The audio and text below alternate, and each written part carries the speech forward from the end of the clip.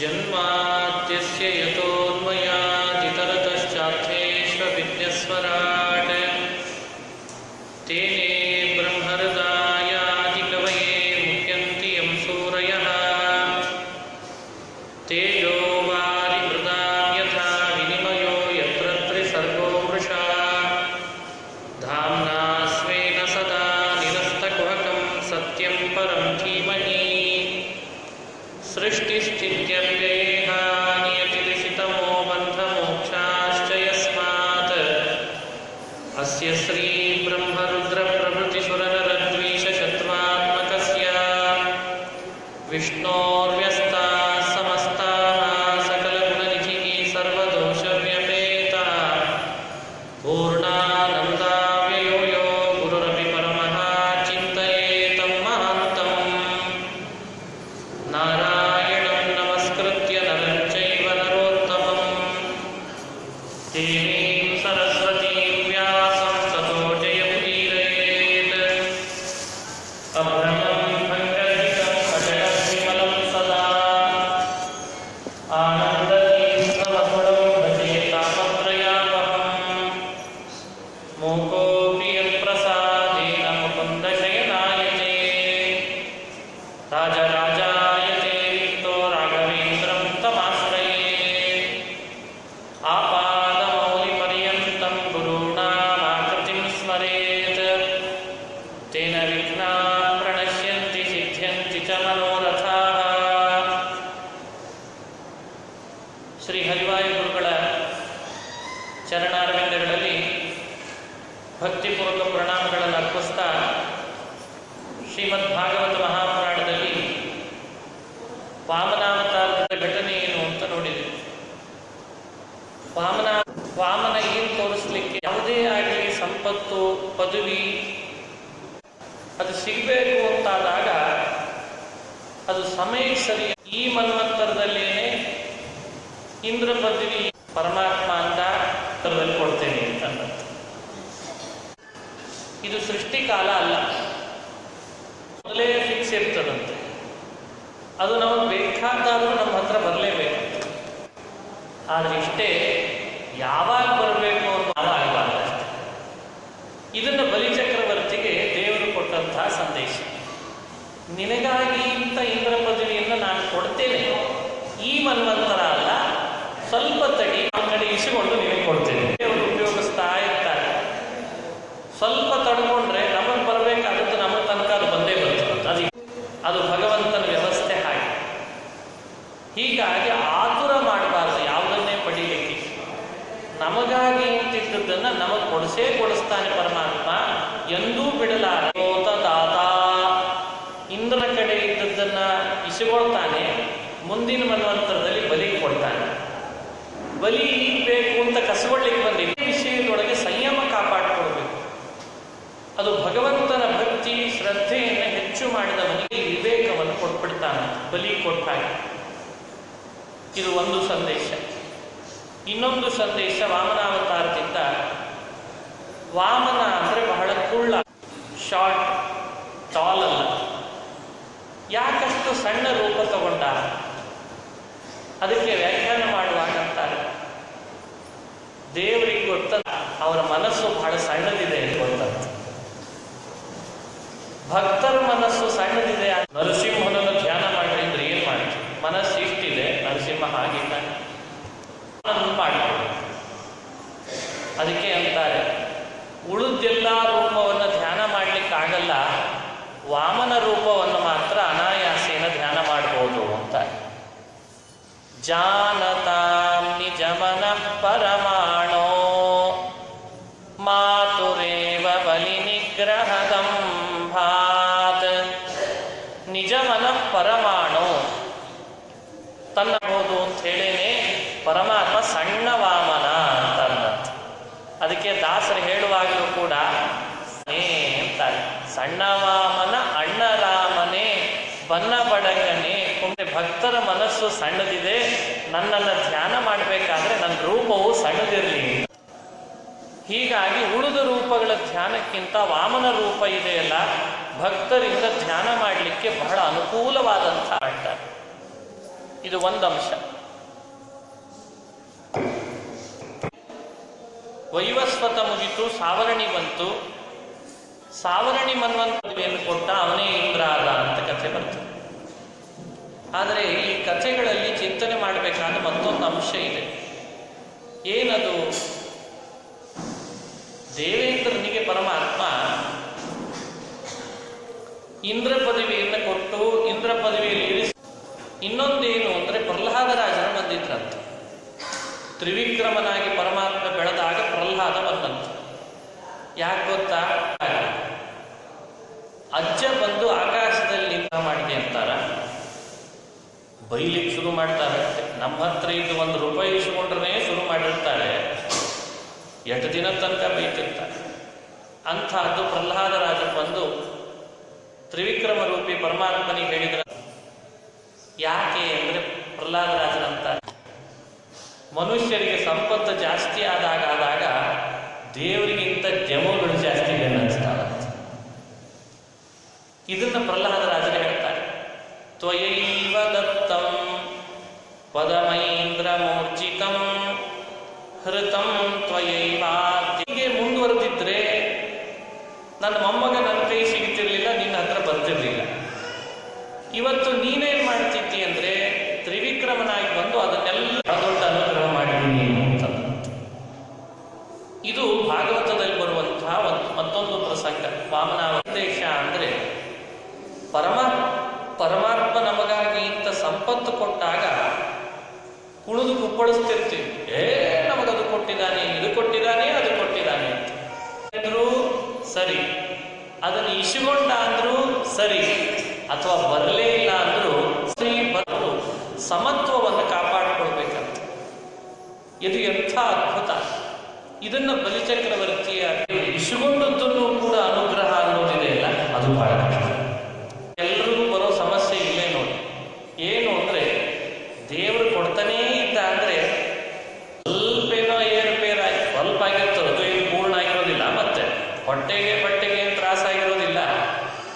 ಚೂರು ಎಲ್ಲೋ ಒಂದು ಬಿಡಿಗಾಸಿನಟ್ಟು ಏನು ಹೇಳ, ಅದು ಮುಖ್ಯ ಅಲ್ಲ.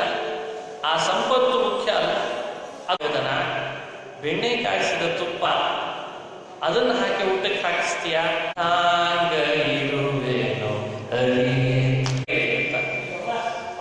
ಹಂಗಿಟ್ರೆ ಇದೇ ಎಲ್ಲದಕ್ಕೂ ಅದು ನಿನ್ನ.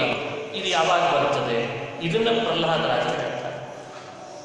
ಹಂಗಿಟ್ಟರು ಬೇಗ ಒಲಿತಾನಂತೆ ನಮಗೆ. ಜೀರ್ಣ ಮಲಿನ ವಸ್ತ್ರ ಬಾಹೋದೇಯರು ಬಂದು ಬನ್ನಿಸು ಬರುವ ಮಧ್ಯಾಹ್ನ ಕಾಲಕ್ಕೆ ಅತಿಥಿಗಳುಂಬೋ ಇದರೆಯೊಳಗೆ ಸತ್ಪಾತ್ರರ ಕೂಡುಂಬೋ ಪದ್ಧತಿ ನೋಡೋ ಪುಣ್ಯಾತ್ಮ ಬಲುಮೆಯಿಂದ ನಿಖಿಳ ಜನರು ಬಂದು ಮನ್ನಿ.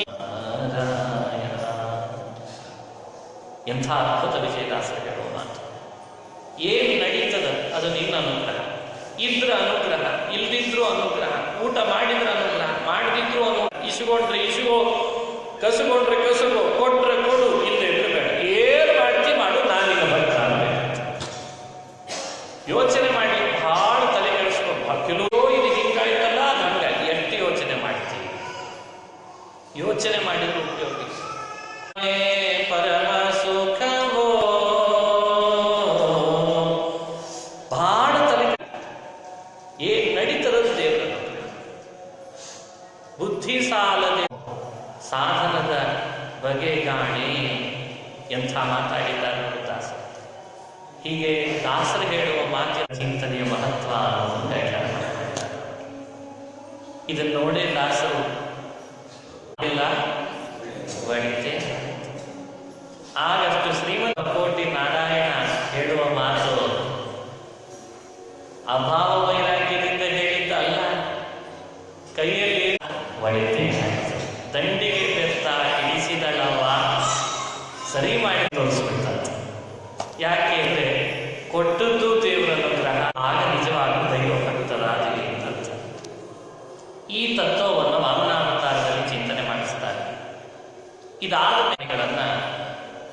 ಸಂಕ್ಷಿಪ್ತವಾಗಿ ವರ್ಣನೆ ಮಾಡಿದ್ದಾರೆ, ವಿಸ್ತಾರ ಮಾಡಲಿಲ್ಲ 8ನೇ ಸ್ಕಂದದಲ್ಲಿ. ಕೊನೆಗೆ ಮತ್ಸ್ಯಾವತಾರವನ್ನು ವರ್ಣನೆ ಮಾಡ್ತಾರೆ. ದ್ರವಿಡದೇವ ನೀನು ಮಾತನಾಡ್ತಂತೆ, ರಾಜನ್ ನೀರಿಗೆ ಪುನಃ ಬಿಟ್ಟರೆ ನನ್ನನ್ನು ದೊಡ್ಡ ಮೀನು ನುಗ್ಗಿಸಲು ದೊಡ್ಡ ಅವಕಾಶ ಕಲಿಸು ಅಂತ ಹೇಳ್ತಂತೆ. ರಾಜ ಅಂದ, ಸರಿ ಇದು ಬೇಡ, ಸ್ವಲ್ಪ ದೊಡ್ಡ ಬೋಗೋಡಿ ಗಾತ್ರ ಬೆಳಗ್ತಂತೆ. ರಾಜನ್ ಈ ನನಗೆ ಸರಿಯಾದ ಅವಕಾಶ, ಒಂದು ಸರೋವರ ಇತ್ತು, ಕೆರೆ, ಅಲ್ಲಿಗೆ ತಗೊಂಡೋಗಿ ಹಾಕಿದ. ಅಲ್ಲೂ ಬೆಳವಣಿಗೆ ಪಡಿತು. ರಾಜನ್ ಈ ಅವಕಾಶ ಸಾಲ್ತಿಲ್ಲ. ಸರಿ, ಎಂಥ ತಪ್ಪು ಮಾಡಿದೆ, ನೀನು ಯಾರೋ ವಿಷ್ಣುನೇ ಇರಬೇಕು, ದಯಮಾಡಿ ಕ್ಷಮ ಮಾಡು, ನನಗೆ ಈ ರೀತಿಯಾಗ ವಿಷ್ಣು ಪ್ರತ್ಯಕ್ಷನಾದ ಅವಸರಕ್ಕೆ ಬಂದದು ಅವ, ನಿನಗೆ ರಕ್ಷಣೆ ಮಾಡ್ಲಿಕ್ಕೆ ಬಂದಿದ್ದೇನೆ. ಆ ಮೀನಿಗೊಂದು ಕೋಡಿತ್ತು, ನೀನೇನ್ ಮಾಡಬೇಕು ಅಂದ್ರೆ ಒಂದು ಹಗ್ಗ ತಗೊಂಡು ಆ ದೋಣಿಗೂ ಒಂದು ಶುರು ಆಗ್ತದೆ, ಆ ಮನ್ವಂತರಕ್ಕೆ ನಿನ್ನನ್ನು ಅಧಿಪತಿಯನ್ನು ಮಾಡ್ತೇನೆ. ರಾತ್ರಿ ಕಳೆಯೋ ತನಕನೂ ನೀರಿನಲ್ಲಿ ತೇಲಿಸಿದ್ನಲ್ಲ ರಾಜನನ್ನ, ಮತ್ಸ್ಯಕ್ಕೆ ಪುರಾಣ ಮತ್ಸ್ಯ ಪದ ಪ್ರಭತನೋ, ಎಂಥ ಅದ್ಭುತ. ಮೀನನಾಗಿ ಉಪದೇಶನೂ ಮಾಡಿದ, ಅವನೇ ಈ ಸಂವತ್ಸರದ ಸ್ಮರಣೆ ಮಾಡಿ ಅಷ್ಟ ದಿತಿಜಮಕಥಯಜ್ಞೋ ಬ್ರಹ್ಮ ಸತ್ಯವ್ರತಾನ ತಮಹಮಖಿಲಹಿ. ಮತ್ಸ್ಯಾವತಾರದ ಸಂದೇಶ ಏನು? ಹಾಗಾದರೆ ನಾವೇನು ಚಿಂತನೆ ಮಾಡಬೇಕು? ನಾವೆಲ್ಲ ಸತ್ಯವ್ರತ ರಾಜ ಇದ್ದ ಹಾಗೆ. ನೀರಿನ ಮನೆಯಲ್ಲಿ ಎಲ್ಲರೂ ದೇವರಿಗೆ ಒಂದು ದೇವ್ರ ಮನೆ ಕಟ್ಟಿರ್ತಾರೆ, 1/4 ಇರ್ತದೆ, ಒಂದು ದೇವ್ರ ಮನೆ ಅಂತಾದ್ರೂ ಅಂತಿತ್ತು, ಮಾಡ ತೋರಿಸಿ ಹೇಳ್ತಾರೆ. ಮತ್ತೆ ಸ್ವಾಮಿ ಇಲ್ಲಿ ಬರ್ರಿ, ಮನೆಗೆ ಕೊಟ್ಟಿರೋದೇನು ನಮ್ಮ ಮನೆಯಲ್ಲಿ ಕೊಟ್ಟು ಮನೆ ಅಂತ ಹೆಸರಿಟ್ಟಿರ್ತೇವೆ. ಅರ್ಥದಿಂದ ತಿಳಿಬೇಕಾದಂತಹ ಸಂದೇಶ. ಎಂದು ಪರಮಾತ್ಮನಿಗೆ ನಮ್ಮ ಹೃದಯದಲ್ಲಿ ನಾವು ಏನು ಅನುಗ್ರಹ ಮಾಡ್ತಾನೆ, ಎಂಥ ಪ್ರಳಯದ ನೀರು ಬಂದರೂ ಕೂಡ ಮತ್ಸ್ಯನೇ ತಿರುಗಿಸಿ ಅವನನ್ನು ರಕ್ಷಣೆ ಮಾಡಿದ್ದಂತೆ. ನಮ್ಮನ್ನು ಅಷ್ಟೇ, ನಾವು ದೇವರಿಗೆ ಕಟ್ಟೋ ಹಗ್ಗ ಅಂದರೆ ಭಕ್ತಿ ಅನ್ನೋ ಹಗ್ಗ. ಈ ದೇಹ ಅನ್ನೋ ದೋಣಿಯನ್ನ ಮನಸ್ಸಿನೊಳಗುಂಟಾಗುವ ಭಕ್ತಿ ತೇಲಿಸಿ ನಮ್ಮನ್ನು ಉದ್ಧಾರ ಮಾಡ್ತಾನೆ ಅನ್ನೋ ಸಂದೇಶ. ಏನದ್ಭುತ ಮತ್ಸ್ಯ ಅವತಾರ! ಅದರ ಪ್ರತಿಪಾದ್ಯ ತನ್ನ ಮಹಿಮೆಯನ್ನ ತೋರಿಸ್ಲಿಕ್ಕೆ ಮಾಡಿದಂತಹ ಅವತಾರ. ಗ್ರಂಥದಲ್ಲಿ ಬರುವಂತಹ ಸೂರ್ಯವಂಶ, ಚಂದ್ರವಂಶ ಹೇಳ್ತಾರೆ. ಸಾಕಷ್ಟು ಜನ ದೇವರ ಭಕ್ತರು. ಎಲ್ಲ ಎಪಿಸೋಡ್ ಮುಗಿಸ್ತಾ ಇಲ್ಲ. ಯಾಕೆ ಅಂದ್ರೆ ಅಡ್ವರ್ಟೈಸ್ಮೆಂಟ್. ವೇದವ್ಯಾಸರು ನಿರ್ದೇಶಕರಾಗಿದ್ದು ನಿಜ, ಆದ್ರೆ ಮೊಟ್ಟೆಪಾಡಿ ನಿರ್ದೇಶಕರುವಾಗ ತುಂಬಾ ಸೆಲೆಕ್ಟೆಡ್ ಪರ್ಸನ್ಸ್ ಅನ್ನು ಮಾತ್ರ ಅವನು ಕಲೆಕ್ಟ್ ಮಾಡಿದ. 7ನೇ ಸ್ಕಂದ ಪ್ರಹ್ಲಾದನಿಗೆ ಮೀಸಲಿಟ್ಟ, 4ನೇ ಸ್ಕಂದ ಋಷಭನನ್ನ ಪ್ರಿಯವ್ರತನನ್ನ ಹೇಳಿದ, ಆದ್ರೆ 9ನೇ ಸ್ಕಂದ ಮೀಸಲಿಟ್ಟ ಭಕ್ತರ ಚರಿತ್ರೆ. ಏನಿದ್ರ ಬಗ್ಗೆ ಅಂತ ಕೇಳ್ತಿರ್ತಾರೆ. ಹಂಗೆ ಬದುಕಿನೊಳಗೆ ಸಾಕಷ್ಟು ಜನ ಭಕ್ತರು ಬಹುಬೇಗ ನಮಗೂ ಭಕ್ತಿಯ ಮಹತ್ವ ಅರ್ಥ ಆಗಿ ಭಕ್ತಿ ಮೂಡುತ್ತದೋ ಅಂತ ಶ್ರೀಮಂತಿಕೆ ಅಲ್ಲ ಅಂತ ಅವ್ರ ಚರಿತ್ರೆ ಹೇಳ್ತಾರೆ. ಅವರಿಗೂ ಕೂಡ ಬೇಕಾದ ಶ್ರೀಮಂತಿಕೆ ಪಡೆಯಬಹುದಾಗಿತ್ತು ತಪಸ್ಸಿನಿಂದ, ಆದ್ರೆ ಅದರಲ್ಲಿ ಶ್ರೀಮಂತಿಕೆನೇ ಮುಖ್ಯ ಅಲ್ಲ. ಆತ್ಮ ಸುಖಕ್ಕೆ ಇರಬೇಕಾಗಿರೋದು ಭಕ್ತಿ ಅಲ್ಲ, ಆತ್ಮ ಸುಖಕ್ಕೆ ಅದ್ಭುತ ಒಂದು ಘಟನೆ.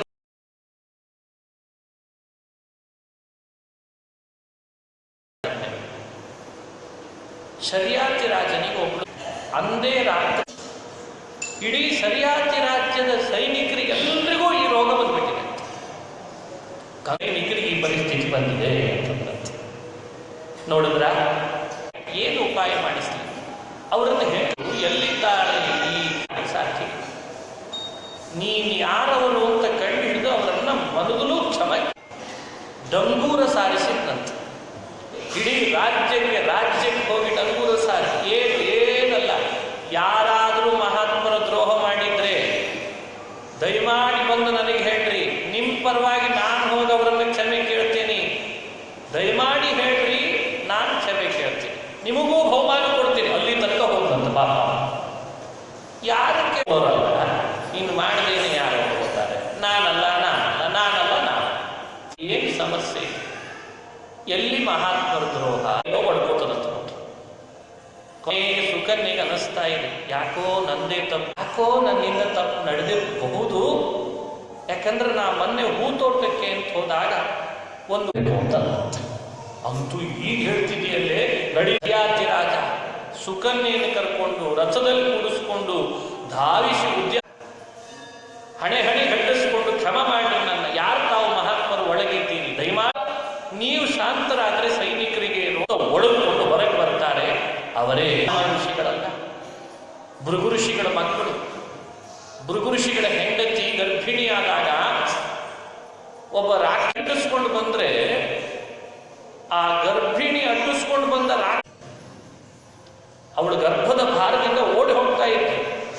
ಓಡಿ ಹೋಗುವಾಗ ಗರ್ಭದಿಂದ ಕೆಳಗೂ ಬಿದ್ದು ಬಿಡ್ತಂತೆ. ಅದಕ್ಕೆ ಅವರ ಹೆಸರು. ವೇದ ಜಗತ್ತಿಗೆ ಕೊಟ್ಟ ಸಾಮಾನ್ಯ ಋಷಿಗಳಲ್ಲ, ಅಂಥ ಋಷಿಗಳು. ತಮ್ಮ ಮೈ ಮೇಲೆ ಅರಿವಿಲ್ಲದೆ ಬ್ರಹ್ಮಜ್ಞಾನದಲ್ಲಿ ರತರಾಗಿದ್ದಂಥ ಮಹಾನುಭಾವ. ಇಡೀ ಹುತ್ತ ಒಡ್ಕೊಂಡ್ಬಂದ ಕಂಡ್ರಲ್ಲಿ ರಕ್ತ ಸುರಿತಾ ಇದೆ. ಸರಿಯಾಗಿಟ್ಟಾದ್ರೆ ಅವ ಪ್ರಾರ್ಥನೆ ಮಾಡಿದ ಕ್ಷಣದಲ್ಲೇ ಶಾಂತ. ಸಿಟ್ಟಾಗೋದಷ್ಟೇ ಗೊತ್ತು ನಮಗೆ, ಶಾಂತ ಬರಬಹುದು. ಸಿಟ್ಟಾದ ಋಷಿಗಳು ತಕ್ಷಣ ಶಾಂತರಾದ. ಅವ್ರು ಯಾವಾಗ ಕ್ಷಮ ಮಾಡ್ರಿ ಅಂತ ಬೇಡ್ಕೊಂಡ ಮನೆಗೆ ಬಂದ. ಸರಿಯಾಗಿ ತಲೆ ಮೇಲೆ ಕೈ ಇಟ್ಕೊಂಡು ಕೂತಂತೆ. ಆದ್ರೆ ಬದುಕಿನುದ್ದಕ್ಕೂ ಆ ಬ್ರಾಹ್ಮಣನಿಗೆ, ಆ ಋಷಿಗೆ ಕಣ್ಣುಗಳು ಮಾಡಿದ ಅಪರಾಧ ಇತ್ತು. ಅವಳನ್ನು ಬಂದು ಕೇಳಿದ್ದಂತೆ, ಸುಕನ್ಯೆ ಶಾಂತರಾಗಿದ್ದಾರೆ, ಸ್ವಲ್ಪ ಮುಗಿಸ್ಕೊಳ್ಳಿ ಒಳಗಡೆಯಲ್ಲಿ. ಯಾವಾಗ ಎಡುತ್ತಾರೆ, ಯಾವಾಗ ಬೀಳುತ್ತಾರೆ, ಯಾವಾಗ ಎಡದಂಥ ಸುಕನ್ಯೆ ಸರಿಯಾಗಿನ ಅರಮನೆಯಲ್ಲಿದ್ದವಳು ತಾ ಮಾಡಿದ ತಪ್ಪಿನ ಅರಿವಾಗಿ ನಾನು ಆಯ್ತೇನೆ, ಅವರು ಬ್ರಹ್ಮಜ್ಞಾನಿಗಳಿದ್ದಾರಲ್ಲ, ನನಗಟ್ಟು ಸಾಕು ಅಂತ. ಜ್ಞಾನ ಮುಖ್ಯ. ಶ್ರೀಮಂತಿಕೆ ಏನು ಬಂದಿತ್ತು, ನಾನು ವಿವಾಹ ಮಾಡಿ ಕೊಡ್ತಿರ್ಲಿಕ್ಕೆ ಸರಿಯಾಗಿ ನೇರವಾಗಿ ಸಾಲ್ತು. ನನ್ನ ಮಾತು ನಡೆಸಿಕೊಡ್ರಿ ದಯಮಾಡಿ, ನಿಮಗೆ ತಪ್ಪಿಗೆ ಇದೊಂದೇ ಪ್ರಾಯಶ್ಚಿತ್ತ ಅಂತ ಅನಿಸ್ತಾ. ಇದು ಕಥೆ. ಕನ್ಯಾದಾನ ಮಾಡಿದ. ಹೌದಾ, ಒಂದು ದಿನವೂ ಕೂಡ ನನ್ನ ಕಣ್ಣು ಕಳೆದೆಲ್ಲ ನೀನು ಅಂತ ಅವರ ಬಾಯಲ್ಲಿ ಬಂದಿರಬಾರ್ದಂತೆ. ಅಂಥ ಒಂದು ದಿನ ಸಿಟ್ಟು ಬರಬಾರ್ದು. ಹಾಗೆ ನೋಡ್ಕೊಂಡಂತ ಎಲ್ಲ ಸಂದರ್ಭ ಹೀಗೂ ಒದಗ್ತಿರ್ತಾವ ಮನೆ ಒಳಗೆ. ಜ್ಞಾನಿಗಳ ನಡತೆ ಇದು ಭಾಗವತದ ಕಥೆ. ದಲ್ಲಿರುವ ಭಕ್ತಿಯ ಬಣ್ಣದವರ ಕಥೆ. ಬಹಳ ಅತಿಥಿಗಳಾಗಿ ಅಂತ ಒಳಗೆ ಸ್ವಾಗತ ಮಾಡಿ ಕೂಡಿಸಿ ಅವರಿಗೆ ನಿನ್ನ ಸೇವೆಗೆ ನಾವು ಅರ್ಥ ಮನಸ್ಸು. ಅಶ್ವಿನಿ ದೇವತೆ ಇದು ನೋಡಿ, ಅತಿಥಿ ಸೇವೆಗೆ ನಿನಗೆ ಏನ್ ಬೇಕು ಕೇಳು, ನಾವು ಕೊಡ್ತೇವೆ ಅಂತ. ಕಣ್ಣು ಕೊಟ್ರೆ ಸಾಕು ಅಂತ. ನನಗಾಗಿ ಅಲ್ಲ, ಇವರಿಗಾಗಿ, ಇವರೇ ನನಗಾಗಿ, ಇನ್ನೇನಿಲ್ಲ. ಹೇಗಿತ್ತು ನೋಡಿ ಸುಕನ್ಯೆ. ಏನಲ್ಲ, ನಾವು ದೇವಲೋಕದಲ್ಲೆಲ್ಲ ನಮ್ಮೊಬ್ಬರು ವೈದ್ಯರಿರ್ತಾರೆ. ನಮ್ಮನ್ನು ವೈದ್ಯರು ಅಂತ ಕರೆಯಾಗಿ ಮಾಡ್ತಾನೆ. ನಮ್ಮಿಬ್ಬರು ಕೇಳಲಿಕ್ಕೆ ಹೋದ್ರು, ಇಂದ್ರ ನಮ್ದೇ ನೀವು ವೈದ್ಯರು ಅಂತಾರೆ, ನಾನೇನ್ ಮಾಡ್ಲಿ, ನಿಮಗೆ ಕಣ್ಣು ಕೊಡ್ತೇನೆ ಅಂತ. ಚವನ್ ಋಷಿಗಳ ಅಶ್ವಿನಿಗಳಿಗೆ ಮಾತು ಕೊಟ್ರಂತ, ನಾನು ನಿಮಗೆ ಸೋಮರಸ ಕೊಡಿಸ್ತೇನೆ. ಇಬ್ಬರಿಗೂ ವಿನಿಮಯ. ಋಷಿಗಳನ್ನ ಇಬ್ರು ಹಣ್ಣು ಮುದುಕರಾಗಿದ್ರು. ಚವನ್ ಋಷಿಗಳು ದೇಹದೊಳಗೆ ಬರೀ ಅಸ್ಥಿಗಳು ಕಾಣಿಸ್ತಾ ಇದ್ವಷ್ಟೇ, ಕಣ್ಣು ಬೇರೆ ಇರಲಿಲ್ಲ. ಅವರಲ್ಲಿ ಅಂದ್ರೆ ಚವನ್ ಋಷಿಗಳ ಆಶ್ರಮದ ಎದುರುಗಡೆ ಒಂದು ಸರೋವರದಲ್ಲಿ ಹೋಗಿ ಚವನರನ್ನ ಅಶ್ವಿನಿಗಳಿಬ್ರು ಮುಳುಗಿ ನೀರಿನಿಂದ ವಾಪಸ್ ಎದ್ದು ಬರುವಾಗ ಆ ಸರೋವರದಲ್ಲಿ ಮುಳುಗಿ ವಾಪಸ್ ಬರುವ ಸಿನಿಮಾ ಅಂತ ಇರ್ತದಲ್ಲ, ಒಬ್ಬನೇ 3 ಪಾರ್ಟ್ ಹಾಕಿರ್ತಾರೆ. 3 ಆಗಿಬಿಟ್ಟಿದ್ರಂತೆ. 3 ಸುಲಕ್ಷಣರಾಗಿತ್ತು. ಹಾಗೆ ಕಾಣಿಸ್ತಾ ಇದೆ, ಸುಲಕ್ಷಣ ಭರಿತರಾಗಿದ್ದಾರೆ. 3 ಮಾತಾಡಿದ್ರು. ಸುಕನ್ಯೆ, ನಿನ್ನ ಪಾತಿವ್ರತ್ಯ ಬಹಳ ದೊಡ್ಡ, ಯಾರು ಅಂತ ನೀನೇ ಆರಿಸ್ಕೋ ಅಂತಂದ್ರಂತೆ. ಅಯ್ಯೋ ದೇವ, ಆರಿಸ್ಕೋ ಅಂತಂದ್ರಂತೆ. ಕೈ ತುಂಬ ಹೂ ರಾಶಿಯನ್ನು ಹಿಡಿದಿತ್ತು. ತನಕ ಮುಟ್ಟಿದ್ರೆ ಈ ಹೂವು ನಮ್ಮ ಯಜಮಾನ, ಇವರೇ ನಮ್ಮ ಯಜಮಾನ ಅಂತ. ಪತಿಯ ಸೇವೆಗೆ ಅತಿಥಿಯ ಸೇವೆ. ನೇರ ಚವನ್ ಋಷಿ ಅಶ್ವಿನಿಗಳು ಇಬ್ಬರಿಗೂ ಹರಿಸಿ ಆಶೀರ್ವದಿಸಿ ತಾವು ಮತ್ತೆ ಕೇಳಿದ್ದು ಸುಕನ್ಯೆ ಕಣ್ಣನ್ನ ಆರಿಬಿಟ್ಟ. ಇದು ನೋಡಿ ಸುಕನ್ಯೆಯ ಕಥೆ ಹೇಳುವಾಗ ಯಾರು ಕೇಳಿದ್ರು ಮತ್ತೆ ನಾವು ಸ್ವಲ್ಪ ಅಂತೀವಿ. ಇಟ್ಕೊಂಡಿದ್ದ ನೋಡ್ರಿ ಅದನ್ನ, ಅದೊಂದು ಯಾವ್ದಾದ್ರು ಭಗವಂತ. ಆ ಸರೋವರ ಎಲ್ಲಾದ್ರೂ ಯಾವುದು ಅಲ್ಲ ಸರೋವರ, ಶ್ರೀಮದ್ ಭಾಗವತ ಪುರಾಣವೇ ಆ ಯೌವನ ಕೊಡುವಂತಹ. ಅಶ್ವಿನಿಗಳು ಚವನರನ್ನು ಮುಳುಗಿಸಿ ಅವರಿಗೆ ಒಳಗಿನ ಗಣ್ಣು ಇದ್ದೇ ಇತ್ತು. ಹೊರಗಿನ ಕಣ್ಣು ಮಾತ್ರ ಹೋಗಿತ್ತು. ಅಶ್ವಿನಿಗಳು ತೆರೆಸಿದ್ದು ಚ್ಯವನರಿಗೆ ಹೊರಗಿನ ಈ ಕೆರೆ ಒಳಗೆ ನಾವು ಮುಳುಗೋದ್ರಿಂದ ನಮಗೆ ಹೊರಗಿನ ಕಣ್ಣು ಇದ್ದೇ ಇದೆ, ಒಳಗಿನ ಕಣ್ಣನ್ನು ತೆರೆಸ್ತದೆ. ಕೆರೆನೇ ಆ ಕೆರೆಯಲ್ಲಿ ಯೌವನ ಬಂದ್ರೆ ಈ ನಮ್ಮ ಅನುಸಂಧಾನ ಬಹಳ ಮುಖ್ಯ. ಇಲ್ಲಿ ಯೌವನವೂ ಇದೆ, ಇಲ್ಲಿ ಒಳಗಣ್ಣು ತೆರೆಸ್ತದೆ, ಇಲ್ಲಿ ಶಕ್ತಿ ಕೊಡ್ತದೆ. ಇಷ್ಟಾದ ಮೇಲೆ ಚ್ಯವನ್ ಋಷಿಗಳು ಯಾಗ ಮಾಡ್ತಾ ಕೂತಿದ್ದಂತೆ. ನವ ಯೌವನ ಬಂದಿತ್ತು, ಹಳೆಯ ರೂಪ ಹೋಗ್ಬಿಡ್ತು, ಅವನಿಗೆ ಮುದುಕರಾದ ರೂಪ ಹೋಗ್ಬಿಡ್ತು. ಒಂದಿನ ಶರ್ಯಾತಿ ರಾಜ ತಮ್ಮ ಮಗಳನ್ನು ನೋಡೋಣ ಅನ್ನಿಸ್ತವನಿಗೆ. ರಾಜ್ಯದಿಂದ ಕಾಡಿಗೆ ಬಂದ. ಚ್ಯವನ್ರ ಆಶ್ರಮಕ್ಕೆ ಬರ್ತಾನೆ. ಆಶ್ರಮದೊಳಗೆ ಭಾರಿ ಮಂಟಪ ಹಾಕಿ ಯಜ್ಞ ಕುಂಡದಲ್ಲಿ ಯಜ್ಞ ಮಾಡ್ತಾ ಇದ್ದಾರಂತೆ. ಇಲ್ಲಲ್ಲ ಅಂತ ಅಂದ್ಕೊಂಡ. ಅವನಿಗೆ ಅದೇ ಬಡಬಡಕ್ಲ ದೇಹ ಅದೇ ಬಡ್ಡ ಬಂದಿತ್ತು, ಅದೇ ನೆನಟ್ಕೊಂಡು ಕಣ್ಣಿರ್ಲಿಲ್ಲ. ಇಲ್ಲಿ ನೋಡಿದ್ರೆ ಯಜ್ಞ ಮಾಡ್ತಾ ಯೌವನ ಭರಿತ ಯುವಕ ಕೂತ್ಬಿಟ್ಟಿದ್ದ. ಶರ್ಯಾತಿ ಹಿಂದೂ ಮುಂದೂ ನೋಡದೆ ನೇರ ಆಶ್ರಮದೊಳಗೆ ಇಳಿದು, ಏನು ಮಾಡಿದೆ ನೀನು ಪಾಪದ ಕೆಲಸ ಅಂತ ಬೈಲಿಕ್ಕೆ ಮಾಡಿ, ಎಚ್ಚರಿಕೆಯಿಂದ ಬದುಕು ನಡೆಸು ಅಂತ ಹೇಳಿದ್ದ. ಯಾರನ್ನು ಕರ್ಕೊಂಡು ಬಂದಿದ್ದಿ ಯುವಕನನ್ನ? ಎಲ್ಲಿ ಹೋದ್ರು ಆ ಮುದುಕು ಕೊಂದು ಹಾಕಿಬಿಟ್ಟಿನಿ ನನ್ನ ಒಬ್ಬ. ಭಾರಿ ಅದ್ಭುತ. ಒಂದು ಬಾರಿ ಕನ್ಯಾದಾನ ಮಾಡಿದ ಮೇಲೆ ಇರ್ಲಿಲ್ವೇ ನಿನಗೆ ಅಂತ. ಆಗ ಶರ್ಯಾತಿ ರಾಜನನ್ನ ಸಮಾಧಾನ ಮಾಡ್ತಾಳೆ. ಅಪ್ಪ ಯಾಕೆ ಆಡ್ತಿದ್ದಿ? ನೀನ್ ಯಾರನ್ನ ಬರುವಾಗ ಆ ಯಜ್ಞ ಕೊಂಡದ ನೀನು ಮಾಡಿ ಅಂತ. ಅವರೇ, ನಾನು ಕೊಟ್ಟದ್ದು ಮುದುಕನಿಗೆ, ನಾನು ಕೊಟ್ಟದ್ದು ಕುರುಡನಿಗಲ್ವೇನೆ, ಆದ್ರೆ ನಡೆದ ಘಟನೆ ಬೇರೆ ಆಗಿದೆ ಅಂತಂದ್ರಂತೆ. ಮಾಡಿ ಹೆಜ್ಜೆ ಹಿಡಿಯೋದನ್ನು ಕಲಿಬೇಕಂತೆ. ಹೀಗಿದೆ ನೋಡು. ಶರ್ಯಾತೆ ಅಡಿಯಂದ್ರೆ ಅಶ್ವಿನಿ ದೇವತೆಗಳಿಗೆ ನೀವು ಸೋಮರಸ ಕೊಡ್ತೇನೆ ಅಂತ ಅಶ್ವಿನಿಗಳನ್ನು ಕರೆಸಿ ಸೋಮರಸ ಕೊಡ್ರಿ ಅಂತಂತ. ರಾಜನ ಆಸ್ಥಾನದಲ್ಲಿ ಯಾಗ ಅವರಿಬ್ಬರಿಗೂ ಮಂತ್ರ ಹೇಳಿ ಸೋಮರಸ ಹಿಡದೇ ಬಂದ್ಬಿಟ್ಟಿದ್ದ ಇಂದ್ರ. ನಾನ್ ನಿಷೇಧ ಮಾಡಿದ್ದೇನೆ ಕೊಡಬಾರದು ಅಂತ ಬ್ರಹ್ಮಜ್ಞಾನ ತಪಸ್ಸಿನ ಫಲ. ಅವರು ಸಾಕ್ಷಾತ್ ಸಮೇತವಾಗಿ ಸ್ತಬ್ಧನಾಗು ಇಂದ್ರ ತೋರಿಸ್ತದೆ. ಅದಕ್ಕೆ ಬದುಕಿನ ಶಕ್ತಿ ಅಂತ ವ್ಯಾಖ್ಯಾನ ಮಾಡ್ತಾರೆ. ಇದು ಚ್ಯವನೊಬ್ಬರು ಕೂಡ ಭಗವಂತನ ಸಾಕ್ಷಾತ್ಕಾರಕ್ಕೋಸ್ಕರ ಪ್ರಯತ್ನ ಪಡ್ತಾನೆ. ಸರ್ವತ ಸಂಪ್ಲುತೋದಕ್ಕೆ ತಾವಾನ್ ಸರ್ವೇಶು ಯಾವಾನರ್ಥ ಉದಪಾನೆ ಸರ್ವತ ಸಂಪ್ಲುತೋದಕ್ಕೆ. ಕೆರೆ ನೀರೇ, ಸಮುದ್ರದ ನೀರು ಅದು ಸಮುದ್ರದ ಸುಖ. ಈಗ ನಾವು ಸಮುದ್ರದ ನೀರಿನಲ್ಲಿ ಅನುಭವಿಸ್ಲಿಕ್ಕೆ ಆಗೋದಿಲ್ಲ. ಅದು ಎಷ್ಟು ಮಹತ್ತರವಾದದ್ದು. ಹಾಗೆ ಮನುಷ್ಯರಾದ ನಾವು ಭಗವಂತನ ಇದನ್ನು ಚ್ಯವನ ಋಷಿಗಳು ಮಾಡ್ಕೊಂಡು, ಅದೇ ಎಷ್ಟು ಶಕ್ತಿ ಇರಬೇಕಾದ್ರೆ ಇನ್ನು ದೇವರಿಗೆ ಎಷ್ಟು ಶಕ್ತಿ ಇರಬೇಕಂತ ವಿಚಾರ ಮಾಡಿ. ಹೀಗೆ ಹೇಳಿ ಚರಿತ್ರೆ ನಾವೆಲ್ಲ ತಿಳ್ಕೊಳ್ಬೇಕಾದ 7ನೇ ಸ್ಕಂದದಲ್ಲಿ ತಿಳಿಸ್ತಾ ಬರ್ತಾರೆ.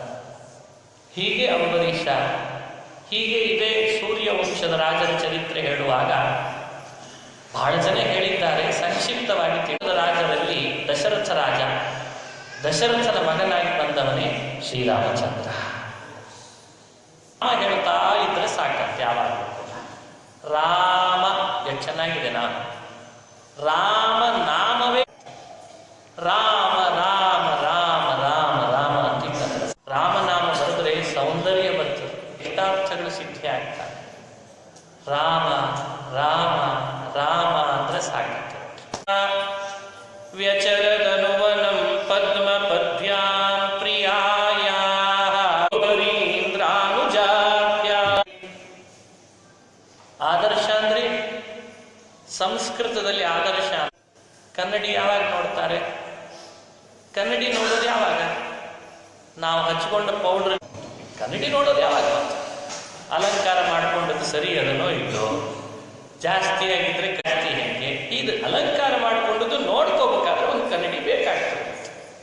ಇಲ್ಲದೆ ಇದ್ರೆ ಮತ್ತೆ ಸರಿಯಾಗಿ ಗೊತ್ತಾಗಲ್ಲ. ಇದು ಕನ್ನಡಿ ಕಥೆ. ರಾಮನೇ ಕನ್ನಡಿ ಅಂತ.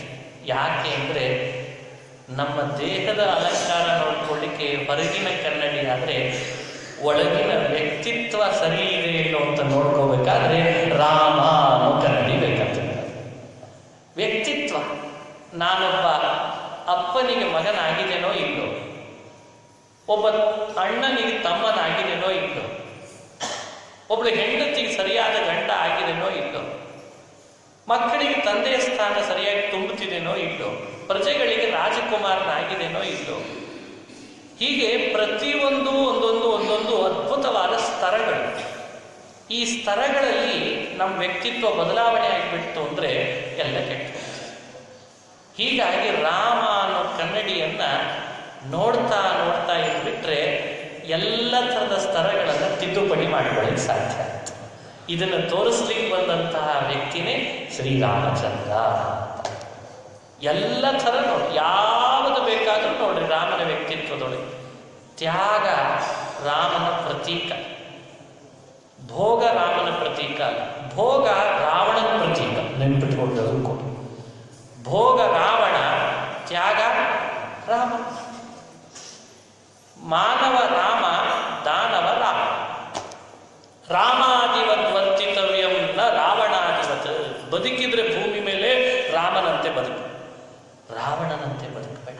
ಕಾಮುಕನಾಗಿ ರಾವಣನಂತೆ ಬದುಕಬೇಡ, ಭೋಗಿಯಾಗಿ ರಾವಣನಂತೆ ಬದುಕಬೇಡ, ತ್ಯಾಗಿಯಾಗಿ ರಾಮನಂತೆ ಬದುಕು ಅಂತ ವ್ಯಾಖ್ಯಾನ ಮಾಡ್ತಾರೆ. ಇದೇ ರಾಮ. ಏನ್ ರಾಮನ? ರಾಮ ಅನ್ನೋ ನಾಮ ಹೇಳ್ತಾ ಇರುವಾಗ ರುದ್ರದೇವರು ಪಾರ್ವತಿಗೆ ಹೇಳಿದ್ರಂತೆ ಮಾತನ್ನು. ನೋಡು, 1000 ನಾಮ ಹೇಳೋದು ಅಷ್ಟೇ, ರಾಮ ನಾಮ ಹೇಳೋದು ಅಷ್ಟೇ ಅಂತಂದ್ರಂತೆ.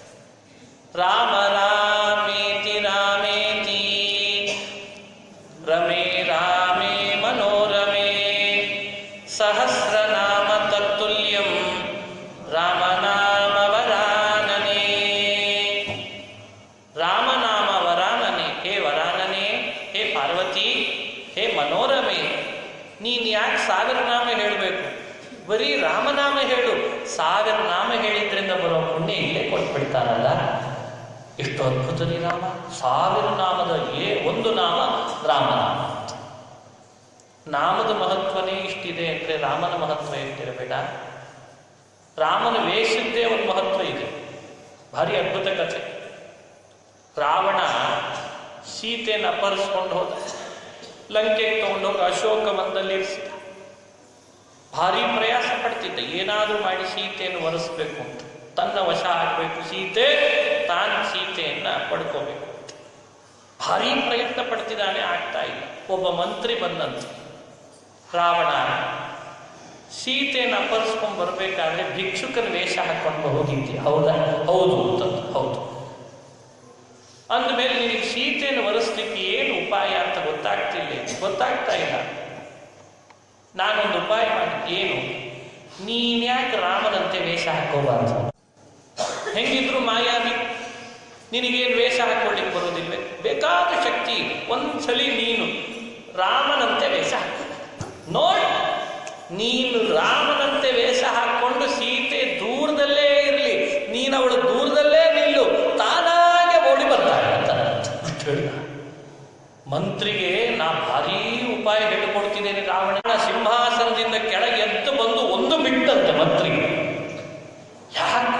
ಏನು ಬಿಟ್ರೆ ಮುಖ ತಿರುಗಿಸಿ ಬಿಟ್ಟಂತೆ ಮಂತ್ರಿ. ಯಾಕೆ ಹೊಡೆದ ಅಂತ ಗೊತ್ತಾಗಲಿಲ್ಲ.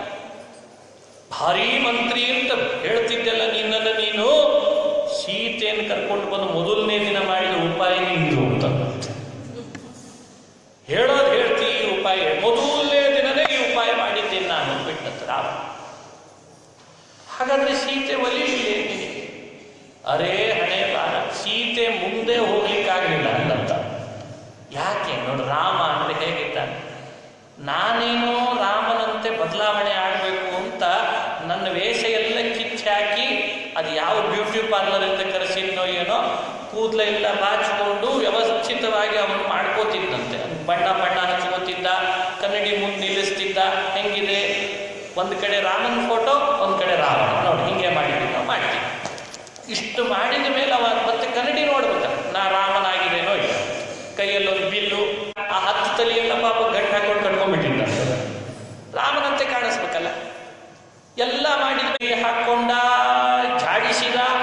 ಇದೇನು ಹೀಗಾಗ್ತಿದೆ ಅಂತ ತಲೆ ಒಳಗೆ ಯೋಚನೆಂತೆ ವೇಷ ಅಂತೂ ಸರ್ವತಃ ಹಾಕಬಾರದು ಅಂತ ತೀರ್ಮಾನ ಮಾಡಿದ್ದಂತ. ಇದನ್ನೇ ವ್ಯಕ್ತಿತ್ವದಲ್ಲಿ ಬದಲಾವಣೆ ಆಗ್ತದೆ. ಇನ್ನು ರಾಮ ಹೇಗಿರಬೇಡ, ನೀವೇ ಚಿಂತನೆ ಮಾಡಿ. ನೈತಿಕತೆ ಖನಿ ಶ್ರೀರಾಮಚಂದ್ರ. ಒಬ್ಬ ಹೆಣ್ಣನ್ನ ಕಣ್ಣೆತ್ತಿ ನೋಡುವ ಇದನ್ನು ಕಲೀಲಿ ಅಂತ ಹೇಳಿ ಪರಮಾತ್ಮ ಮೇಲ್ಗಡೆಯಿಂದ ಕೆಳಗಿಳಿದು ಬಂದಂತೆ. ಹನುಮಂತ ದೇವರು ಹೇಳ್ತಾರೆ, 14 ಲೋಕದ ಒಡೆಯ ಶೇಷಶಯನನಾಗಿ ಕ್ಷೀರಸಾಗರದ ತಂಪು ಗಾಳಿಯಲ್ಲಿ ಮಲಗಿದವ ಅವನಿಗೆ ರಾವಣನನ್ನು ಕೊಲ್ಲಬೇಕಾಗ್ತಾನ, ಕುಂಭಕರ್ಣನನ್ನು ಬೇಕು ಅಂತ ತೋರಿಸ್ಲಿಕ್ಕೆ ಮೇಲಿನಿಂದ ಕೆಳಗೆ ರಾಮ ಇಳಿದ ಅಂತ ಕೇವಲಂ ವಿಭೋ ಮರ್ತ್ಯಾವ ಮಾಡಿದ್ದು ಮನುಷ್ಯರನ್ನು ಶಿಕ್ಷಣ ಕೊಡ್ಲಿಕ್ಕೆ ಹೊರತು ಕೇವಲ ರಾವಣನನ್ನು ಕೊಲ್ಲಿಕ್ಕೆ, ಕುಂಭಕರ್ಣನನ್ನು ಕೊಲ್ಲಿಕ್ಕೆ ಅಂತ ರಾಮನ ಕಥೆಯನ್ನು ವ್ಯಾಖ್ಯಾನ ಮಾಡಬೇಡಿ ಅಂತದೆ. ಹಾಗಂತ ಕೆಲವರು ರಾಮ ಅನ್ಕೂಲ ರಾವಣನ ಕೊಂದ ವಾಕ್ಯ, ಬರೀ ಅವನ್ ಕೊಂದ, ಇವನ್ ಸಂಹಾರ ಮಾಡಿದ, ಅದೇ ಅಷ್ಟಕ್ಕೆ ಯಾಕೆ ರಾಮನನ್ನು ನಿಲ್ಲಿಸ್ತಿರೋ? ಅವ ಏನ್ ಜಗತ್ತಿಗೆ ಪಾಠ ಹೇಳಿದ ಅದು ರಾಮ ಕಾಡಿನಲ್ಲಿ ಸೀತೆ ಇರುವಾಗ ಅವಳಿಗೆ ತಲೆ ಒಳಗೆ ಬಂಗಾರದ ಜಿಂಕೆ ಬೇಕಾಯ್ತು. ಕಥೆ ಅವಳಿಗೆ ಬಂಗಾರದ ಜಿಂಕೆ ಬೇಕು ಅಂತ ಅನಿಸ್ತು. ಆ ಜಿಂಕೆ ವೇಷದಲ್ಲಿ ಮಾರೀಚ ಓಡಾಡುತ್ತಿದ್ದ, ಅವಳಿಗೆ ಗೊತ್ತಿತ್ತು. ಆದರೂ ಮುಂದಿನ ರಾಮಾಯಣದ ಕಥೆ ನಡಿಬೇಕಿತ್ತಲ್ಲ, ಜಿಂಕೆ ಬೇಕು ಅಂತ ಶುರು ಮಾಡಿದ್ದ. ರಾಮ ನನಗೆ ಜಿಂಕೆ ಬೇಕು. ಈ ಜಿಂಕೆ ಕಥೆ ಬಹಳ, ಒಂದು ಬಂಗಾರದ ಜಿಂಕೆ ಏನಿದೆ, ಸೀತೆ ನಿನಗೆ ಈ ಜಿಂಕೆ ಮೇಲೆ ಯಾಕೆ ತಲೆ ಒಳಗೆ ಬಂದಿದೆ? ನಿನಗೊಂದು ಒಳ್ಳೆ ಇಟ್ಬಿಡು ತಲೆ ಒಳಗೆ, ಎಲ್ಲಾದ್ರೂ ಜಿಂಕೆ ನೋಡ್ತೀಯ ನೀನು?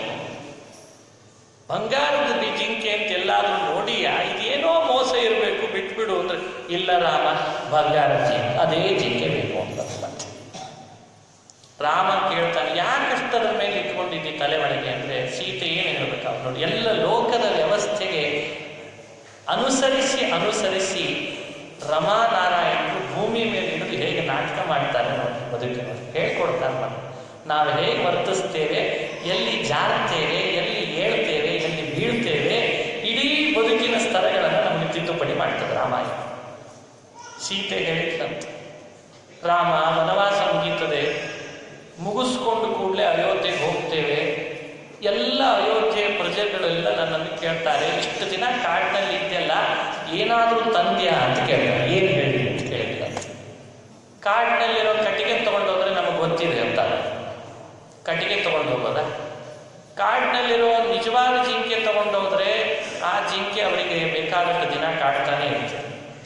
ಅಪೂರ್ವ ವಸ್ತು ಏನಾದರೂ ನಾವು ವನವಾಸ ಮಾಡಿದ ಮೇಲೆ ತಗೊಂಡು ಹೋಗ್ಬೇಕಲ್ಲ, ಕೇಳ್ತಾರೆ. ಅದಕ್ಕೋಸ್ಕರ ಆದರೂ ಜಿಂಕೆ ಬೇಕು ಅಂತ ಹಠ ಮಾಡಿದಂತೆ. ಆಯಿತು ಅಂತ ರಾಮ ತಗೊಂಡು ಹೋಗ್ಲಿಕ್ಕೆ ಹೋದ. ಹೋಗುವಾಗ ಲಕ್ಷ್ಮಣನನ್ನು ಕರೆದಂತೆ, ಲಕ್ಷ್ಮಣ, ಸೀತೆ ನಿಮ್ಮ ಅತ್ತಿಗೆ ಜಿಂಕೆ ಕೇಳ್ತಿದ್ದಾಳೆ, ನಾನು ಜಿಂಕೆ ತರಲಿಕ್ಕೆ ಹೋಗ್ತೇನೆ, ಯಾವುದೇ ಕಾರಣಕ್ಕೂ ಬಿಟ್ಟು ಬರಬೇಡ, ಅತ್ತಿಗೆಯನ್ನು ಬಿಟ್ಟು ಬರಬೇಡ ಅಂತ ಹೇಳಿದ್ದಂತೆ. ಸರಿ, ರಾಮ ಜಿಂಕೆ ತರಲಿಕ್ಕೆ ಮುಂದೆ ಹೋದ. ಘಟನೆ ಇದು. ಇದೇ ಭಾರತ ದೇಶದ ಗೋದಾವರಿ ನದಿ ತೀರದ ನಾಸಿಕ್ಕಿನಲ್ಲಿ ನಡೆದಂಥ ಘಟನೆ ಇದು. ಇದ್ದಾರೆ, ಸೀತೆಗೆ ಜಿಂಕೆ ಕಂಡು ಬಂದದ್ದು ಮಾರೀಚ ರಾಕ್ಷಸ. ರಾಮ ಅದನ್ನು ಅಡ್ಡಿಸ್ಕೊಂಡು ಹಿಂದೆ ಬಂದಿದ್ದಾನೆ. ರಾಮ ಲಕ್ಷ್ಮಣನಿಗೆ ಹೇಳಿ ಜಿಂಕೆ ಬಹುದೂರ ಅಡ್ಡಿಸ್ಕೊಂಡು ಹೋಯ್ತು. ಕೊನೆಗೊಂದು ಗುರಿ ಇಟ್ಟು, ಬಹುದೂರದಲ್ಲಿ ಗುರಿ ಇಟ್ಟು ರಾಮ ಜಿಂಕೆಗೆ ಬಾಣ ಬಿಟ್ಟನಂತೆ. ಕೂಡಲೇ ಆ ಜಿಂಕೆ ಎಂಥ ನೀಚ ನೋಡಿದ್ರೆ, ಭೂಮಿಯಲ್ಲಿ ರಾಮಾಯಣದೊಳಗೆ ಬರೋ ಎಲ್ಲಾ ಕಥೆಗಳು ನಮ್ಮ ಅನುಭವ ಬಂತ. ಅಂದ್ರೆ ಮಾರೀಚ ರಾಮ ಹೊಡೆದೆಲ್ಲೋ ಅಂತ ಕೂಗೋದ್ರ ಬದಲು ಹೊಡಿ ಬರ್ಲಿ, ಸೀತೆಯ ಬಳಿ ರಾವಣ ಬರ್ತೇನೆ, ಇದರಿಂದಲಾದರೂ ರಾಮನಿಗೆ ನಾನು ದುಃಖ ಕೊಟ್ಟೆ ಅಂತ ಆಗಬೇಕು, ಪರವಾಗಿಲ್ಲ, ರಾಮನಿಗೆ ಸೀತೆ ಸಿಗಲಿಕ್ಕೆ ಸಾಕು ಅಂತ ಮಾಡಿದ. ಎಂಥ ನೀಚ! ಅದಕ್ಕೆ ಮಾರೀಚ ನೀಚ ಸಿಗಲಿ, ರಾಮನಿಗೆ ಸಿಗಬಾರ್ದು ಅಂತ ಮಾಡಿ. ನೀಚರು ಬಹಳ ಜನ ಇರ್ತಾರೆ ಭೂಮಿ ಒಳಗೆ, ಬಹಳ ಇದ್ದಾರೆ. ಅವ್ರು ಯಾರು ಅಂತ ಕೂಡಲೇ ಗೊತ್ತಾಗಲ್ಲ ಅಷ್ಟೇ. ಹೀಗೆ ಮಾರೀಚ ಮಾಡಿದ್ದು ದುರಂತ, ಭಾರಿ ಕೆಟ್ಟ ಕೆಲಸ. ಹಾ ಸೀತಾ, ಹಾ ಲಕ್ಷ್ಮಣ ಅಂತ ಮಾಡಿಬಿಟ್ಟು ಸತ್ಬಿಟ್ಟು. ಅಷ್ಟರಲ್ಲಿ ರಾಮನ ಏನಿಗೆ ಬರ್ತಿದ್ದಾನೆ, ಆಶ್ರಮದ ಕಡೆಗೆ ಬರುವಾಗ ಎದುರುಗಡೆಗೆ ಲಕ್ಷ್ಮಣ ಕಂಡ. ಯಾಕೆ ಬಿಟ್ಟು ಬಂದ್ಯೋ ಸೀತೆಯನ್ನ ಅಂತ ಕೇಳಿದ ಲಕ್ಷ್ಮಣನನ್ನ ರಾಮ. ಯಾಕೆ ಬಿಟ್ಟು ಬಂದ್ಯೋ? ಏನೋ ಅನಾಹುತ ಆಗ್ತದಲ್ಲಿ ಬಂದದ್ದೇ, ಅದಕ್ಕೆ ನೀನು ಬಿಟ್ಟು ಬಂದ್ಬಿಟ್ಟಿಯಲ್ಲ ಅಂತಲ್ಲ. ರಾಮಾಯಣದಲ್ಲಿ ಈ ಪ್ರಸಂಗ ಭಾರಿ ಅದ್ಭುತ. ಯಾಕೆ ಬಿಟ್ಟು ಬಂದೆ ಅಂದರೆ ಲಕ್ಷ್ಮಣ ರಾಮ ಹೋದ ಮೇಲೆ ಬಹುದೂರದಲ್ಲಿ ಯಾವಾಗ ಹಾ ಲಕ್ಷ್ಮಣ ಹಾ ಸೀತೆ ಅಂತ ಕೂಗಿದ ಶಬ್ದ ಕೇಳಿಸ್ತಲ್ಲ, ಆ ಶಬ್ದ ಸೀತೆಗೆ ಸರ್ವಜ್ಞಳಾದರೂ ಕೂಡ ಬೇಕಂತಲೇ ಅವಳು ನಟನೆ ಮಾಡುವಾಗ ಏನೋ ರಾಮನಿಗೆ ಅನಾಹುತ ಆಗಿದೆ ಲಕ್ಷ್ಮಣ ನೀ ಹೋಗು ಅಂತ ಶುರು ಮಾಡಿದ್ಲಂತೆ. ಏನೋ ರಾಮನಿಗೆ, ಯಾಕಂದ್ರೆ ಹಾ ಸೀತಾ ಹಾ ಲಕ್ಷ್ಮಣ ಕೇಳಿಸ್ತಲ್ಲ ಮತ್ತೆ ಹಂಗೆ ಯಾರಂತ ಸೀತಾ ಹಾ ಲಕ್ಷ್ಮಣ ಅಂತ ಯಾರಂತ. ಆವಾಗ ಲಕ್ಷ್ಮಣ ಅಂತಾನೆ, ಅತ್ತಿಗೆ ನಿನಗೆ ಗೊತ್ತು ಸರ್ವಜ್ಞ ರಾಮ ಸರ್ವಶಕ್ತ, ಯಾಕೆ ಸಂದೇಹ ಪಡ್ತಿ ರಾಮನ ಮೇಲೆ? ನನಗಂತೂ ಸಂದೇಹ ಬರ್ತಾ ಇಲ್ಲ ರಾಮನ ಬಗ್ಗೆ. ಇಲ್ಲಿ ಏನೋ ಕೃತ್ರಿಮ ಇರಬೇಕು ಈ ಧ್ವನಿಯಲ್ಲಿ, ರಾಮನಲ್ಲ ಅದು. ನೀನೇ ವ್ಯಥೆ ಪಡಬೇಡ, ರಾಮ ಬಂದೇ ಬರ್ತಾನೆ, ನೀರಲ್ಲ ನಾನು ಇಲ್ಲೇ ಇರ್ತೀನಿ ಅಂತ ಲಕ್ಷ್ಮಣ. ನಾನು ಸೇವೆಗೆ ಬಂದಿದ್ದೀನಿ, ನಾನು ಇಲ್ಲೇ ಇರ್ತೀನಿ. ಇಲ್ಲ ರಾಮನಿಗೇನೋ ಕಷ್ಟ ಬಂದಿದೆ, ನೀವು ಹೋಗ್ಬೋದು ಬ್ಯಾಡ ಅಂತ ಹೇಳ್ತಿದ್ದಾನೆ. ಆಗ ಸೀತೆ ಬಾಯಿನ ಒಂದು ಮಾತು ಬಂತಂತೆ, ನನಗೆ ಗೊತ್ತು ನೀನು ಯಾಕೆ ಹೋಗ್ತಾ ಇಲ್ಲ ಈಗ ರಾಮನ ಹತ್ರ ಅಂತಂದಂತೆ. ನೀನು ಕಾಡಿಗೆ ಬಂದಂತೆ, ನೀನು ಕಾಡಿಗೆ ಬಂದದ್ದೇ ಈ ದುರ್ಬುದ್ಧಿ ಇಟ್ಟುಕೊಂಡು, ಅದಕ್ಕೆ ನಾನು ಹೇಳಿದ್ರು ಹೋಗ್ತಾ ಇಲ್ಲ. ನೀನಿಲ್ಲದೆ ಇದ್ರೆ ದೃಷ್ಟಿ ನಿನಗೆ ರಾಮನ ಮೇಲೆ ಭಕ್ತಿ ಇಲ್ಲ ಅಂದ್ಬಿಟ್ಟಂತೆ. ಆಗ ಲಕ್ಷ್ಮಣನ ಮನಸ್ಸಿನೊಳಗೆ ಒಳಗಿದ್ದಂಥ ಅಭಿಮಾನ ಎದ್ದುಬಿಡ್ತಂತೆ. ಅಯ್ಯೋ ಅತ್ತಿಗೆ ಈ ಮಾತಂದಿಲ್ಲ, ಸರಿ ಹೋಗೇ ಬಿಡ್ತೇನೆ ಈಗ ಅಂತ ಹೊರಟುಬಿಟ್ಟ.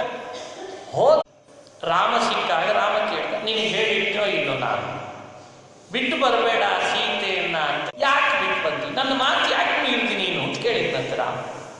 ಆಗ ಲಕ್ಷ್ಮಣ ಈ ಕಥೆ ಹೇಳಿದ್ದಂತೆ, ನನ್ನ ಅಭಿಮಾನಕ್ಕೆ ಕುತ್ತು ಬಂದಾಗ ನನಗೆ ತಡ್ಕೊಳ್ಳಿಕ್ಕಾಗಲಿಲ್ಲ.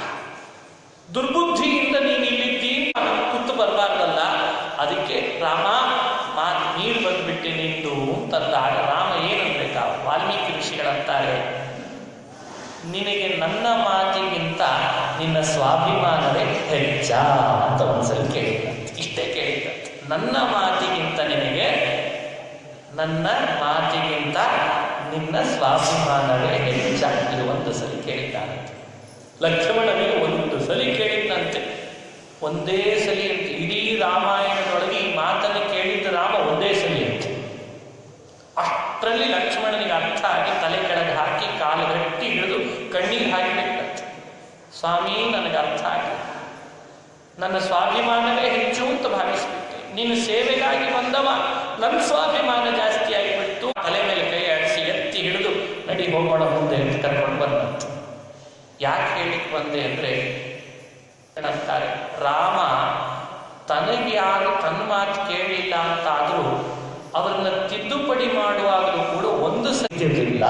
ಇದು ರಾಮನ ವ್ಯಕ್ತಿತ್ವ ಅಂತ ವ್ಯಾಖ್ಯಾನ ಮಾಡ್ತಾರೆ. ಬೇರೆಯವರಾಗಿದ್ರೆ ಅದಕ್ಕೆ ಸೀತೆ ಹೋಗಿ ಒಂದ್ಸಲಿ ಇಲ್ಲ, ಕೊನೆಗೆ ಉರುಳು ಹಾಕೊಳ್ಳೋ ತನಕ ಸರಿ. ಅವತ್ತು ಕೈಯಾಗಿತ್ತು ಹಂಗೆ ಮಾಡಬೇಡ, ಅದು ಎಂದೋ ಮಾಡಿರ್ತಾರೆ ಅಡಿಗೆ, ದಿನಾ ಬಡಿಸುವಾಗಲೂ ಅದನ್ನು ನೆನಪಿಸಿ ನೋಡೋದು. ಮತ್ತೆ ಅವತ್ತು ಮಾಡಿದ್ದೆಲ್ಲ ಹಂಗೆ ಮಾಡಬೇಡ. ಎಷ್ಟು ಸಲ ಇಲ್ಲ, ಅದೇ ಅವತ್ತು ಹೊತ್ತಿದ್ದೆಲ್ಲ ಮತ್ತಿವತ್ತು ಮತ್ತೆ ಹೇಳಿ ಅರ್ಧ ಕುಂಚು ಹೇಗೆ ಬಂದ್ಬಿಡ್ತು. ಕೆಲವರಿಗೆ ಹಂಗೆ ಆಗ್ತದೆ, ಒಂದ್ಸಲಿ ಮಾಡಿದ ತಪ್ಪನ್ನ ತಿದ್ಲಿಕ್ಕೆ ಒಂದ್ಸಲಿ ಹೇಳ್ತಾರೆ. ಅದೇ ಅವತ್ತು ಹಾಲು ಉಕ್ಕಿಸಿದೆಲ್ಲ ಹಂಗೆ ಉಕ್ಕಿಸ್ಬಿಟ್ಟು ಹೇಳದೆ, ಒಂದು ದಿನ ಹಾಲಿಡುವಾಗೆಲ್ಲ ಒಂದು ಹಂಗೆ ಉಕ್ಕಿಸ್ಬೇಡ ಬಂತು. ಎಷ್ಟು ಸಲ ಹೇಳ್ತೀವಲ್ಲ, ಅವತ್ತು ಹಾಳು ಮಾಡಿದ್ದೆಲ್ಲ ಅಡಿಗೆ ಜಾಸ್ತಿ ಮಾಡಿ ಇವತ್ತು ಮಾಡಿ ಎಷ್ಟು ಸಲ ಹೇಳ್ತೀವಿ ಅದನ್ನ. ಯಾರಿಂದಲೂ ನಡೆಯೋದಿಲ್ಲ ಅಂತಲ್ಲ, ಆದ್ರೆ ಬಾರಿ ಬಾರಿ ಹೇಳಿ ಚುಚ್ಚಿ ಅವರನ್ನು ಕೊನೆ ಬಿಡಬೇಕಂತೆ ಮನುಷ್ಯ.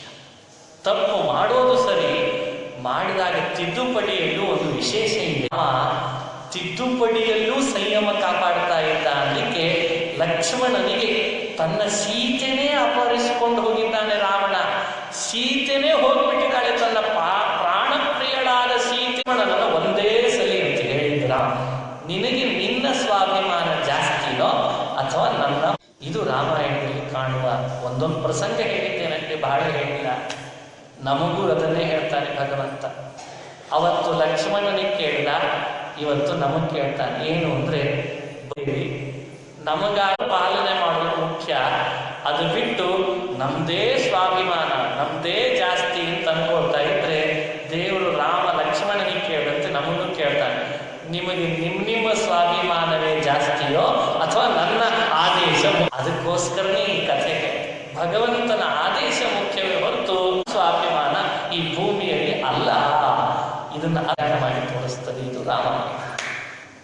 ರಾಮ ಎಲ್ಲ ಥರ ವ್ಯಕ್ತಿತ್ವ ಮಾಡಿ ತೋರಿಸ, ರಾಜನೀತಿಯಲ್ಲಿ ರಾಜನೀತಿ, ಕೌಟುಂಬಿಕವಾಗಿ ಕೌಟುಂಬಿಕ. ಇಡೀ ರಾಮಾಯಣ ನೋಡಿರ್ಬೇಕಂದ್ರೆ ಎಲ್ಲ ಶಾಸ್ತ್ರ ಇದೆ. ವ್ಯಾಸಪೀಠದೊಳಗೆ ತಮ್ಮ ಮನೆ ಒಳಗೆ ಒಂದು ರಾಮಾಯಣ ಇಟ್ಟಿದ್ರು. ಏನು ಅಂದ್ರೆ ದಿನಾ ಒಂದು ಅರ್ಧ ಗಂಟೆ ರಾಮಾಯಣ ಓದಿ ಮತ್ತೆ ಮುಂದಿನ ಕೆಲಸಕ್ಕೆ ಹೋಗ್ತಿದ್ದ. ಅದೇ ಎಂಟರ್ಟೈನ್ಮೆಂಟ್ ರಾಮಾಯಣ. ಅಣ್ಣ ತಮ್ಮಂದ್ರೆ ವ್ಯಾಜ್ಯ ರಾಮಾಯಣ. ಎಷ್ಟು ಅಣ್ಣ ತಮ್ಮ ಬರ್ತಾರೆ ನೋಡಿ ರಾಮಾಯಣದೊಳಗೆ. ವಾಲಿ ಸುಗ್ರೀವ, ಸಂಪಾತಿ, ರಾಮ ಲಕ್ಷ್ಮಣ, ರಾಮ ಭರತ. ಅದರದ್ದೇ ಒಂದು ಸಂಶೋಧನೆ ಬೇರೆ, ಅದರದ್ದೇ ಒಂದು ಸಂಶೋಧನೆ ಇದೆ, ಬಹಳ ಅದ್ಭುತ. ಇಡೀ ಭಾರತದೊಳಗೆ ಅನೇಕ ಇತಿಹಾಸಗಳನ್ನು ತೆರೆದು ಹಾಕಲಿಕ್ಕೆ ಒಬ್ಬ ವಿದೇಶಿಗಳ ಬಂದಂತೆ. ಒಬ್ಬ ವಿದೇಶಿಯವನು ಬಂದು ಏನು ಅಂದ್ರೆ ಭಾರತ ದೇಶದೊಳಗೆ ರಾಜ್ಯ ನೀತಗುವಂತ ಭರತ, ರಾಜ್ಯ ನೀತಗುವಂತ ರಾಮ ಅಂತ. ನನಗೆ ಬೇಡ ರಾಜ್ಯ. ಈಗ ಒಂದು ಮಾತು ಬರದ ಏನಂದ್ರೆ ಇಡೀ ಭೂಮಂಡಲದೊಳಗೆ ಮಾತ್ರ ರಾಜ್ಯ ನನಗೆ ಬೇಡ ಅಂತ ರಾಮ, ರಾಜ್ಯ ನನಗೆ ಬೇಡ ಅಂತ ನಾ ಕಂಡೆ ಅಂತ ಬರ್ತಿದ್ದ. ಯಾರಿಗೆ ಹೇಳ್ತಾರೆ? ಇದನ್ನು ನೋಡ್ಯಾದ್ರೂ ನಾವು ಅರ್ಥ ಮಾಡ್ಕೊಳ್ಳೋದು. ಎಂದೊಂದು ಬೇಕು ಅಂತ ಶುರು ಮಾಡ್ತೇವೆ, ಇದ್ದಿದ್ರು ಜನ ಜಾಸ್ತಿ ಆಗ್ತದೆ. ಇದು ಒಬ್ಬ ವಿದೇಶಿಯವನು. ಆದ್ರಿಂದ ರಾಮನ ಕಥಾ ಅಧ್ಯಯನ ನೋಡೋದು ಕೌಟುಂಬಿಕವಾಗಿಯೂ ಸರಿ, ಸಾಮಾನ್ಯ. ಮುಂದೆ ನಾಳೆ ಕೃಷ್ಣ 10ನೇ ಸ್ಕಂದ ಕೃಷ್ಣನಿಗೆ ಮೀಸಲು ಅವಲೋಕನ ಮಾಡೋಣ. ಯಾಕಂದ್ರೆ ಬಹಳ ಮುಖ್ಯ. ಕೃಷ್ಣ ಅವನು ಹಿಂದೆ ಬಂದವನೇ ರಾಮ. ಇದಕ್ಕೂ ನಮಗೆ ಬೇಕಾಗಿರೋದೇ ಇಬ್ಬರು. ಕೃಷ್ಣ ಹೇಳಿದಂತೆ ಇರಬೇಕಂತ. ಕೃಷ್ಣ ಹೇಳಿದಂತೆ ಇರು, ರಾಮ ಇದ್ದಾಗಿರು ಅಂತ ಇಬ್ಬರಿಂದ ನಾಳೆ ರಾಮನ ಚರಿತ್ರೆ, ಕೃಷ್ಣಾವತಾರದ ರಾಮಾವತಾರದ ಚರಿತ್ರೆ ಶ್ಲೋಕ. ಒಂದು ಅದ್ಭುತವಾದ ಪದ್ಯ ಇದೆ, ಹೇಳಿಸ್ತೇನೆ, ಎಲ್ಲರೂ ಹೇಳಬೇಕು. ಆ